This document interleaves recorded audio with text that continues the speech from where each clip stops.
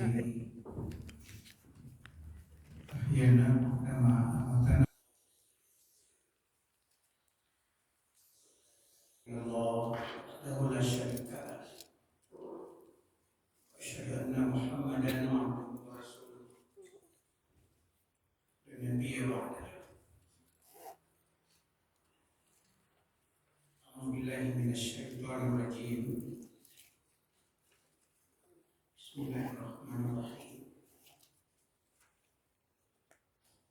وكذلك جعلنا في كل قرية أكابر مجرميها ليمكروا فيها ويمكرون إلى أنفسهم وما يشعرون. ولتجدنهم أحرص الناس على حياة الدنيا ومن الذين أشركوا يود أحدهم لو يعمر ألف سنة وما هو بمزحزحه من العذاب أن يعمر والله بصير بما يعملون.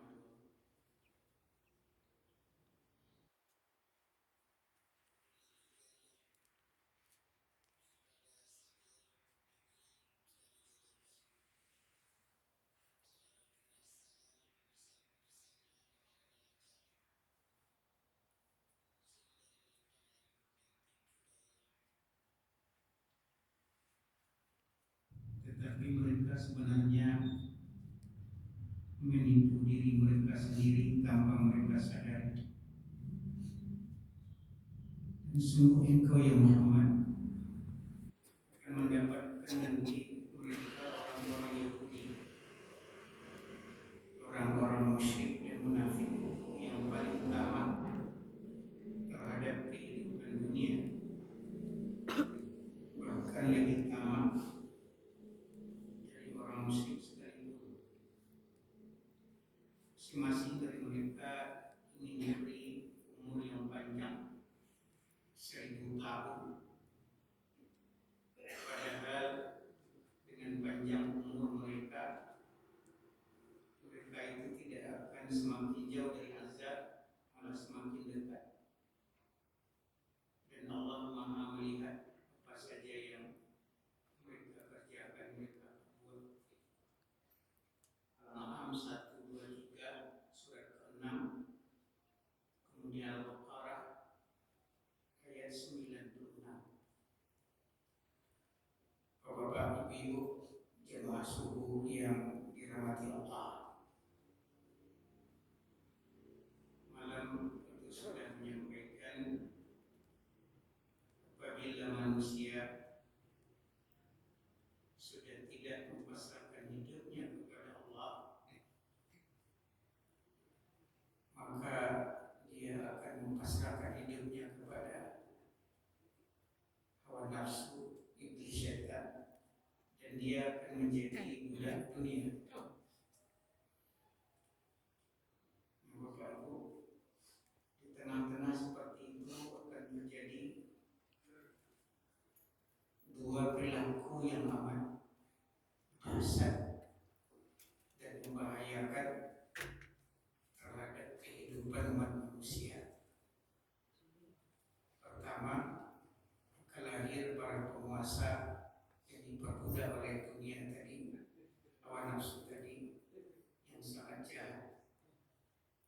Kemudian para penguasa yang sangat rakus terhadap kehidupan dunia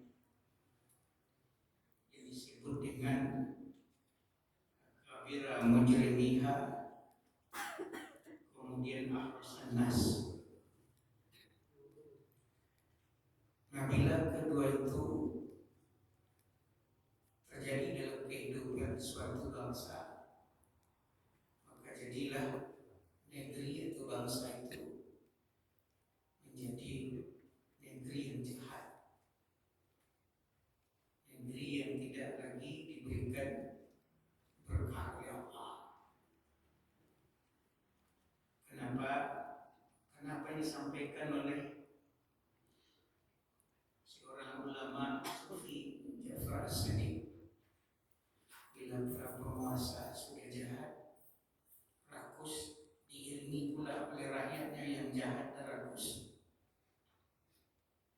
Maka kata Imam Ja'far As-Shadiq, Allah memberikan ilmu kepada mereka, para penguasa, pemimpin itu, dan kepada rakyatnya juga banyak yang pintar-pintar.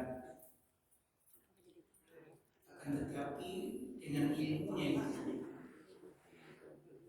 dia tidak mampu melahirkan kebaikan karena ilmunya tidak diamalkan sesuai dengan harusnya mengabdi kepada Allah. Tapi ilmunya digunakan sudah mengabdi kepada dunia, kemudian nafsu syahwatnya. Kemudian kedua kata beliau, para penguasa jabatan kedudukan yang dia punya tidak lagi akan memberikan kehidupan yang nyaman kepada orang yang dipimpin. Itu yang kedua, malah membuat berbagai kerusakan, penderitaan. Jadi kekuasaan tidak lagi bermanfaat untuk tegaknya kebenaran, keadilan, kejujuran dan kemaslahatan hidup. Yang ketiga kata beliau, manusia pemimpin bila sudah jahat, rakus, diiringi oleh masyarakatnya, mereka itu akan selalu bergaul dengan orang-orang yang baik, orang saleh. Tapi mereka justru tidak menjadi orang-orang baik dan orang saleh. Malah orang saleh itu dimusuhi. Orang saleh itu dianggap hidupnya tidak normal. Mereka lah yang normal. Kemudian keempat, kata Ja'far As-Shadiq, bila penguasa sudah jahat, berbudak dunia, rakus, diiringi pula oleh rakyatnya, maka Allah akan bukakan pintu keingkaran di dalam kehidupannya. Akan dibukakan pintu-pintu dosa dan perbuatan yang sangat jahat. Jadi ini ya sependapat ulama sufi. Jadi artinya ulama sufi ini orang-orang yang taat beribadah secara syariat. Kemudian ibadah syariat itu melahirkan perubahan kepribadian yang luar biasa, menjadi insan yang khuluqul karim. Jadi dia punya analisa seperti itu. Itu masalah jahit, kemudian rakus, tamak, diiringi pula oleh sebagian rakyat yang dipimpinnya seperti itu juga, seolah menyetujui, lahirlah yang 5 macam tadi itu. Bergaul dengan orang saleh, tapi dia tidak pernah meniru, memusuhi. Kekuasaan yang dia miliki tidak membantu, melindungi, tapi malah menyengsarakan. Kemudian ketaatan yang dilakukan adalah ketaatan yang tidak ikhlas. Kemudian yang terakhir, Allah akan bukakan kepadanya berbagai pintu kemaksiatan, pintu dosa. Oleh karena itu Bapak Ibu, seorang ahli ulama tafsir Imam Al-Qurtubi mengatakan ada 4 golongan umat yang dapat menjaga, kemudian selalu akan melahirkan berkah dalam kehidupan, akan menjauhkan azab dari dirinya. Kata Imam Qurtubi itu. Jadi katakan beliau ada 4 kelompoknya. Kullu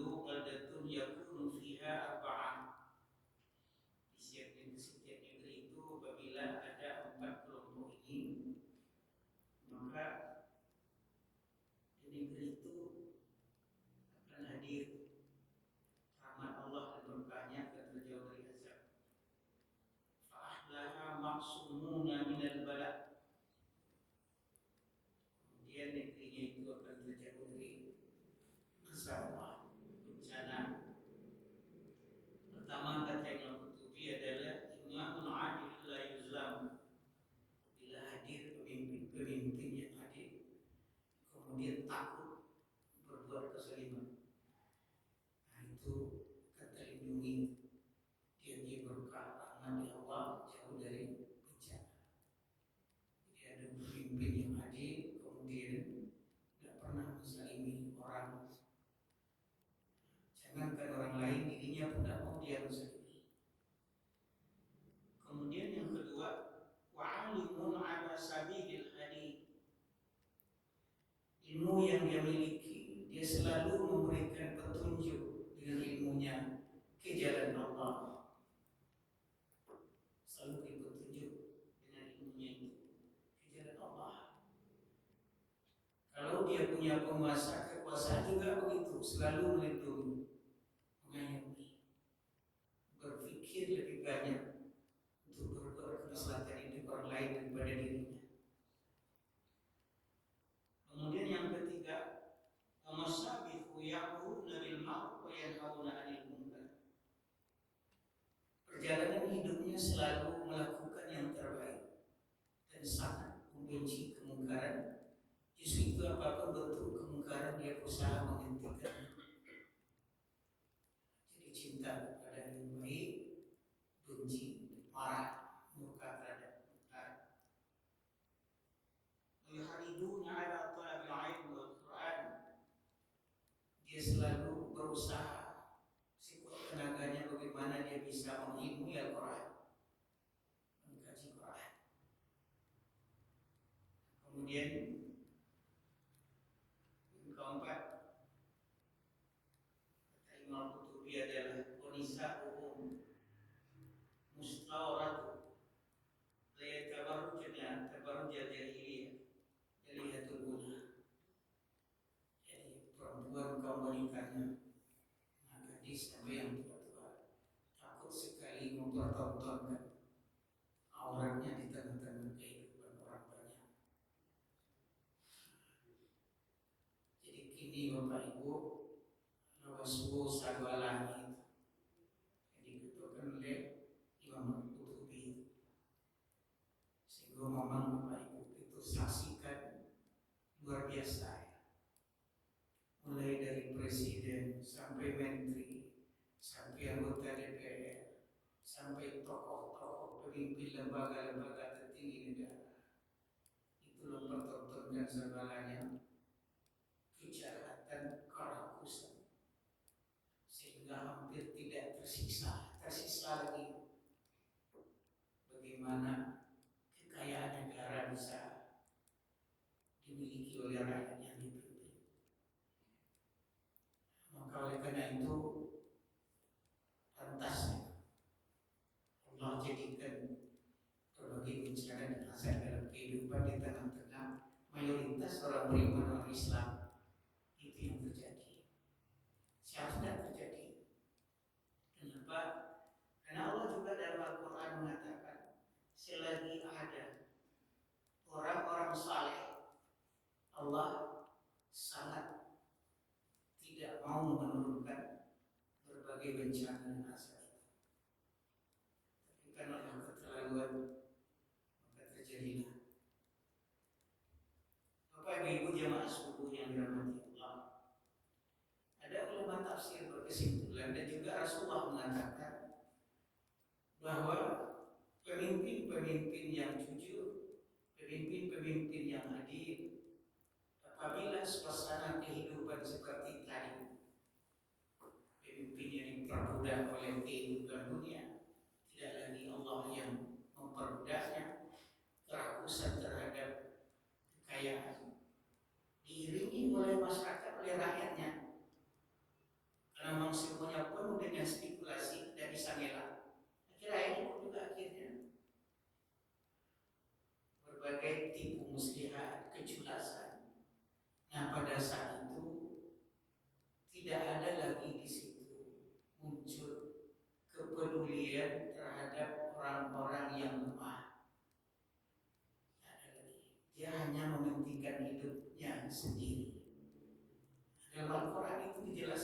zaman Nabi Musa, zaman Nabi Khidir bertemu itu.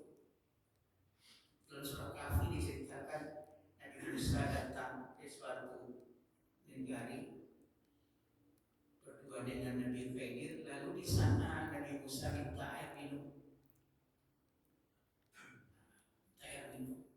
Padahal dia tahu yang datang itu adalah Rasul. Rasul itu lebih hebat daripada pemimpin itu, daripada presiden lebih hebat, daripada raja lebih hebat. Mereka tutup rumah mereka, jangan akan dilayani dengan baik, gitu kan? Minta air ditutup rumahnya. Gitu. Nah, kita tidak tahu sekarang ini Bapak Ibu, bila datang seorang ibu atau seorang bapak yang penuh dengan pakaian yang kusut datang ke rumah wali kota, bupati, akan dibukakan pintu oleh sudah tidak, kita tidak tahu. Ya kan? Tapi itu terjadi sekarang. Ditanya harus apa? Alau lapor, itu. Alau hubungi Pak Sia, Ibu Sia. Dia juga minta ini minum. Ada cerita tentang keluar. Jadi ngomong begitulah akibat apabila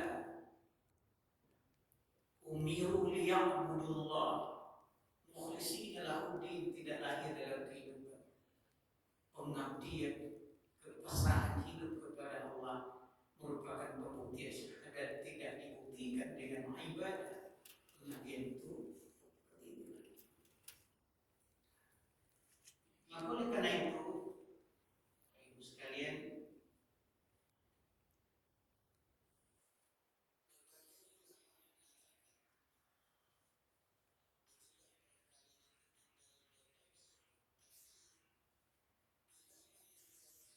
terbudak oleh kehidupan dunia.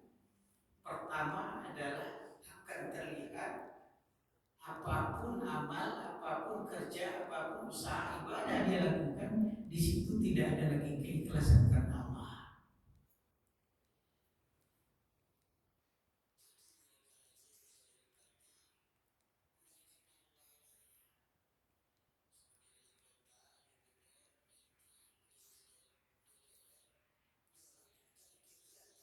Saya lalu digaji dengan kerja yang dia buat, tapi tidak lillahi ta'ala. Jadi apa landasannya bekerja itu? Uang. Kemudian langgeng berhasil di dunia, tidak ada keikhlasan. Justru itu, kalau ada masalah, rakyat yang didatangkan kepadanya, yang penuh kebencian dan kemarahan. Apalagi yang datang adu itu orang-orang yang tidak punya, tidak akan dilayani itu. Kenapa? Karena ada ikhlas. Keikhlasan itu adalah ketulusan ikhlas itu. Siapapun yang meminta suatu keringanan, suatu solusi persoalan kehidupan, dia terlayani dengan baik. Tapi kalau ikhlas dan lain. Dan Rasulullah sudah mencontohkan bagaimana Allah menegur. Pernah kita sampaikan Bapak Ibu, di saat seorang buta datang menanyakan satu persoalan kehidupan, persoalan Islam, lalu Nabi kurang respon, ditegur oleh Allah. Inilah banyak mana seperti itu. Karena para penguasa, orang-orang hebat datang minta tolong, minta bantu persoalan yang itu hadapi. Jangankan keadilan, jangan jalan keluar yang kenapa, malah diusir. Itu yang pertama. Bahayanya bila nafsu, syahwat, lalu memperbudak manusia sampai ke tingkat dunia saja, tidak diperbudak oleh Allah lagi. Itu yang akan terjadi. Nah, yang kedua adalah manusia akan akan berusaha bekerja mencari rezeki tanpa lagi mentaati, tanpa tahu, tanpa memperdulikan halal dan haram. Orang kalau udah dunia itu, udah tentu ini adalah juara. Pokoknya apa? Nah di Mahkamah Agung itu tahun 2001 Abu Jakarta hanya mencari menanyakan satu persoalan yang belum tuntas juga sudah 15 tahun. Saat itu sudah mulai ada kemungkaran itu. Yang haram itu sudah ada. Pegawai seorang badannya besar, tinggi, pegawai Mahkamah Agung itu ada urusan apa-apa. Kita menanyakan persoalan yang ada di Sumatera Barat. Suratnya sudah masuk 10 tahun yang lalu. Tapi masalahnya sudah selesai sampai sekarang. Di sini masih sini. Kecewa apalagi ditunjuknya, apalagi diambilnya sudah itu di file mana datangkan. Sampai kemudian dirarah meja apa? Rara mana itu? Rupanya bapak yang juga sepi. Terus itu berkas apa? Kok pernah baca dulu. Tapi mungkin lah TPP di berkasnya lain. Kecuali umurnya dia berapa tingginya nanti. Jadi bisa kami cari bantu di kawan-kawan untuk itu mereka perlu makan seminggu ya. Kecewa perlu makan dia seperti 300.000 Jakarta tahun 2021.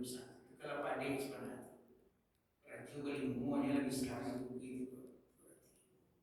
Ada tanya 5 juta ini tanya berikut. Ada enggak tiap hari 5 juta atau seminggu nanti akan gue informasikan sesuai kalau suku kalau apa ditemukan berkasnya. Itu tahun 2001. Inilah 20 sampai 2020. Jadi kalau terjadi mafia seperti itu wajar.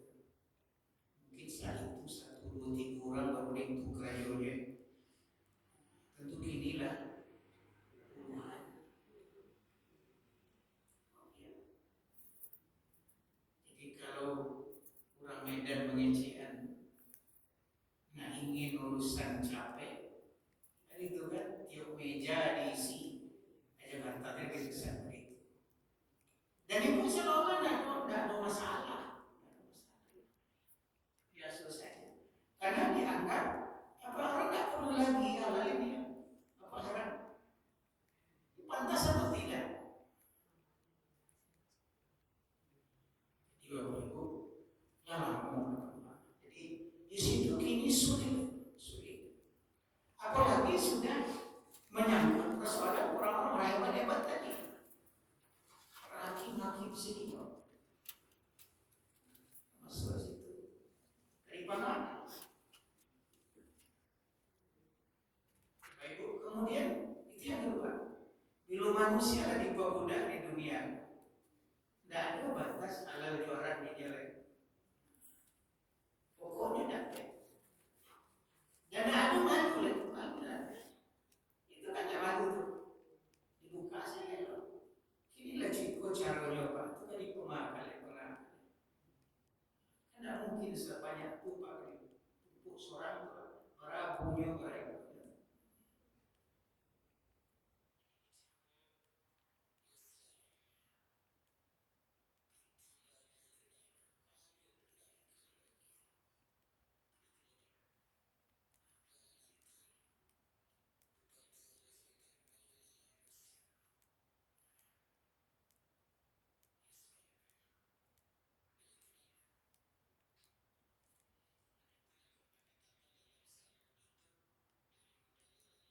Man kana yuridul hayatid dunya wa zinatuha nuwaffi ilaihim a'malahum wa hum fiha la yubkhasun.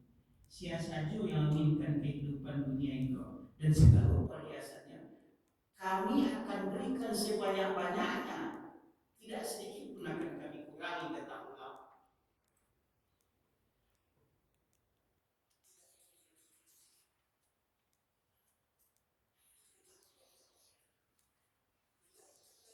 Laisa fil akhirati ilan nar. Mereka itu yang seperti itu, orang seperti itu, di akhirat nanti mereka tidak dapat apa-apa kecuali azab yang amat dahsyat yang mereka terima. Wa habita ma sana'u fiha wa batilu ma kanu ya'malun. Seluruh amal kerja yang dia buat selama ini, selama di dunia, itu semuanya tidak ada artinya, wa batilun, dan sia-sia semua. Maka ni'mal atas apa yang mereka buat. Jadi Bapak Ibu, itu orang beriman diminta oleh Allah. Fa in kana yuridu yarjullah liqa amilan salihan wa syukrillah, maka sesungguhnya orang beriman itu selalu ingin bertemu dengan Allah, maka Allah lah yang memperbudaknya di dalam amal kerja yang dia buat. Tidak akan pernah tinggal bersyukur.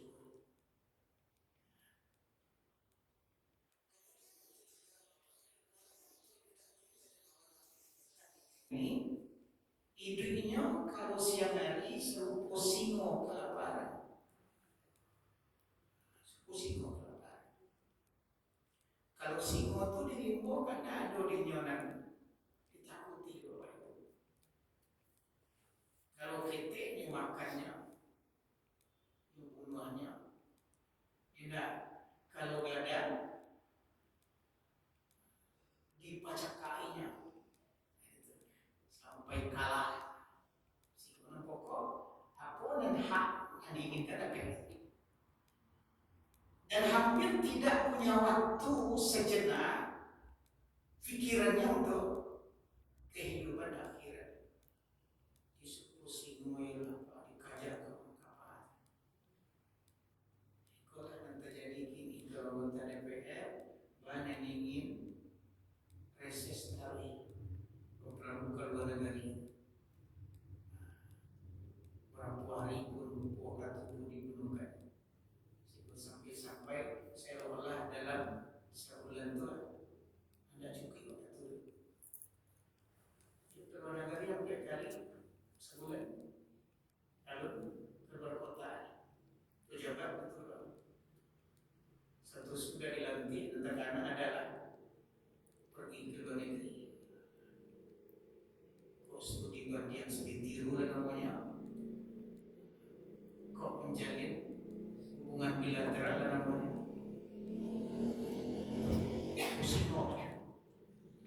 Nah, hubungan ke Allah hampir tidak lagi terpikirkan itu. Bala salat buka dan wajib dimukani sehari semalam. Bala baca Quran dan buka. Baca kajian Quran dan buka sebagai petunjuk itu. Dan aku salat tahajud malam bukannya kan putri dan pokoknya lebaran ke. Malah sampai di luar negeri itu kadang-kadang adalah lupa istri di rumah. Hanya cari di sini untuk pemuasan nafsunya. Itu kalau diperbudak dunia Bapak itu. Dan kalau malam hari dia bagaikan bangkai yang hidup. Bangkai hidup kau nyolah lo, anggung nyolah mana mau damuk tuh turun-turun naik.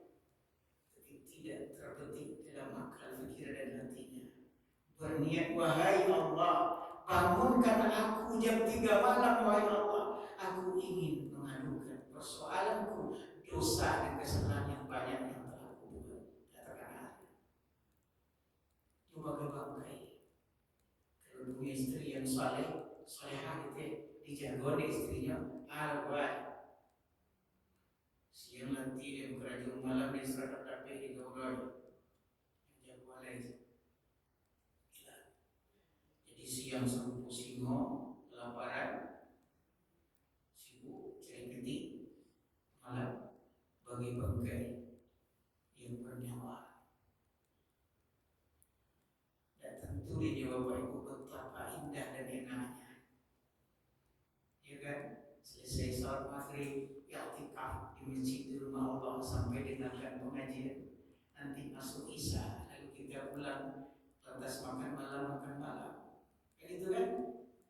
Nanti sedikit baca Quran, kemudian tidur baca doa tidur, nanti jam 3 bangun salat tahajud witir kan itu kan, kemudian datang ke masjid, datang subuh, luar biasa indah. Sedikit tidur jadi banyak bangun, untuk apa? Mempersiapkan kehidupan yang sangat berarti dan bermakna nanti di akhirat. Hanya dan betul itu.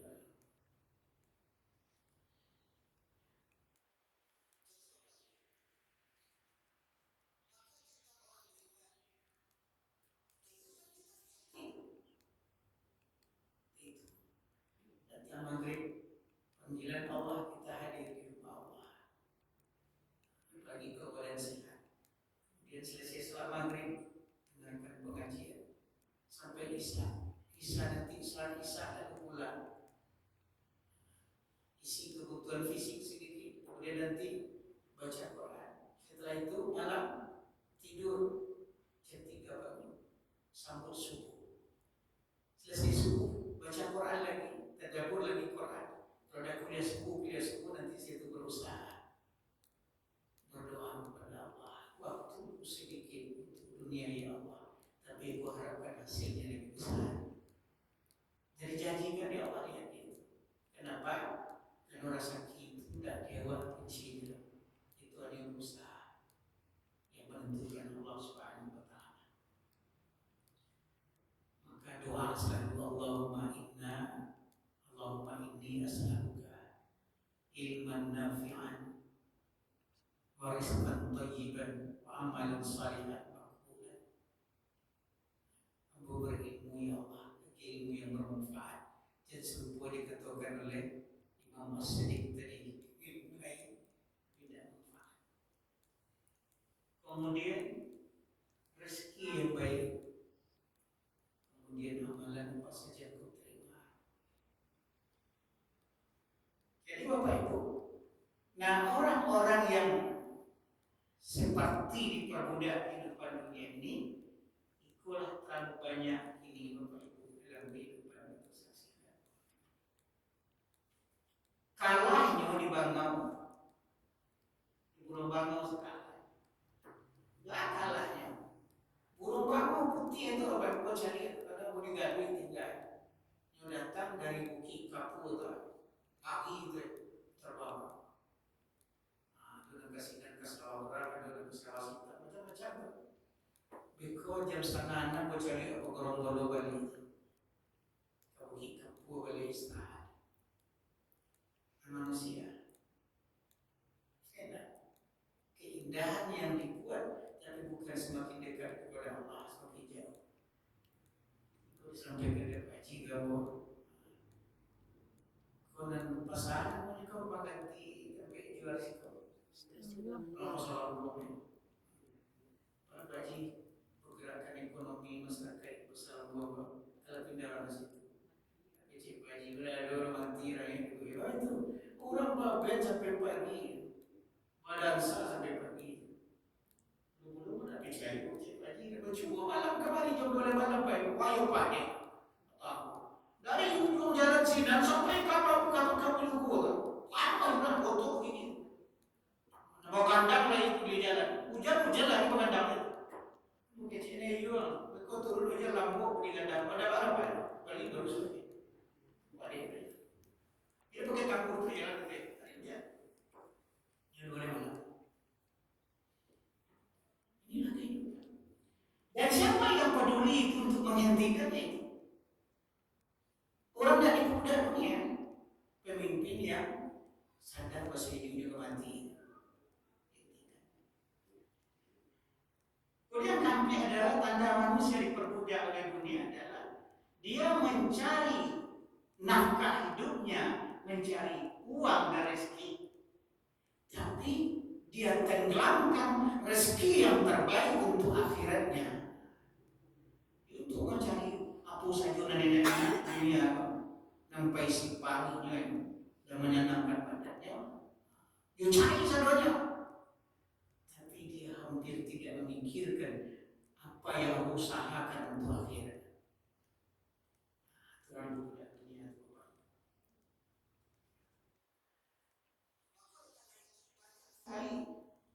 Terjadi di tengah-tengah kehidupan kita sekarang ini yang aneh-aneh.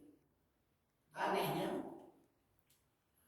fitri banyak, awal kayu pangke tinggi, terhormat tanamu disanjung orang gitu kan, tapi rampok malian jadi diberi kurang tangan kagonya nyogalan.